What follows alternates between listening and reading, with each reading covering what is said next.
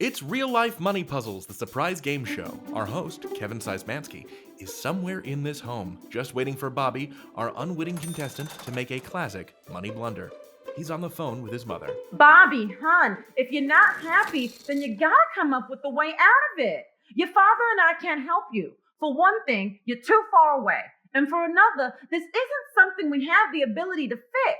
I just feel like I don't have enough money for things that I need, let alone things that I want. So you keep telling me. And when I do get money, it just feels like it evaporates immediately. Money always finds somewhere to go, sweetheart. But you gotta get your finances in order. If you're not happy in how you're managing your money, you need to come up with a plan. Okay, I resolved to save more money. How does that sound? Is that a plan? Yeah! Ah! It sounds wrong, Bobby! What the heck? Were you hiding in my refrigerator? I sure was! How long have you been in there? Long enough to hear you get off on the wrong financial foot, my boy. You've got a real-life money puzzle on your hands. Oh my gosh, is that Kevin Szyzmanski? Bobby, baby, put me on speakerphone. Kevin, I love your books. Hi, Maria. He knows my name. Bobby, I hate to tell you this, especially with your mother on the phone, but you're not being very smart about your goal right now. Wow, rude. You misunderstand me, Robert. A SMART goal must be S, specific, M, measurable, A, achievable, R, relevant, and T, time-bound if it's gonna be successful. Let's play back what you said, all right?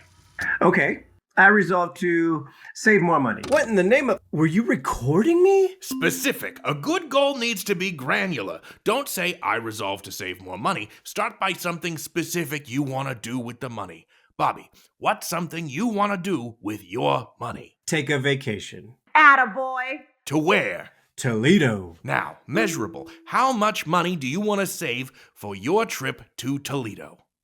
Really splash out. A big trip. I could really go for some paprikash at Paco's. Not sponsored, not sponsored. So good, though. Let's say $1,000. Folks, that's a lot of paprikash. Now, achievable. What's your take-home pay? I get about $1,500 per paycheck, twice a month. And your rent is how much? $900 a month. So, how much do you think you could save per paycheck for this trip without cutting into rent, food, day-to-day expenses? I guess $50. That feels achievable to me. Next, relevant. Do you eat out a lot? I don't know, 3 times a week? It feels expensive. Should I cut it out entirely? Only if it feels relevant. You deserve to have a nice life. That's what money is for. If you need to reduce your spending to save up for the trip, do it, but only as much as you have to in order to meet your goal. So maybe once or twice a week instead. That's my feeling. Otherwise, you're just robbing yourself now to pay yourself later. Think about why you're setting the goal and limit yourself to what you need to do to achieve it. Finally, time-bound. Set a time by which you'll achieve this goal. You already said you wanted to save $1,000, and you'll set aside $50 from each paycheck. So, 20 paychecks from now, you'll have saved $1,000. Let's say 10 months from now. That works for me if it works for you, Bobby. Now, say all of that back to me again. What's your SMART goal, smart guy? In order to save for a trip to Toledo, I'm going to save $50 per paycheck for the next 10 months, for a total of $1,000, limiting my restaurant meals to twice a week during that time.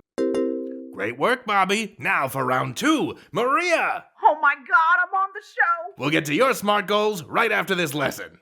Bobby got his goal, and now it's your turn.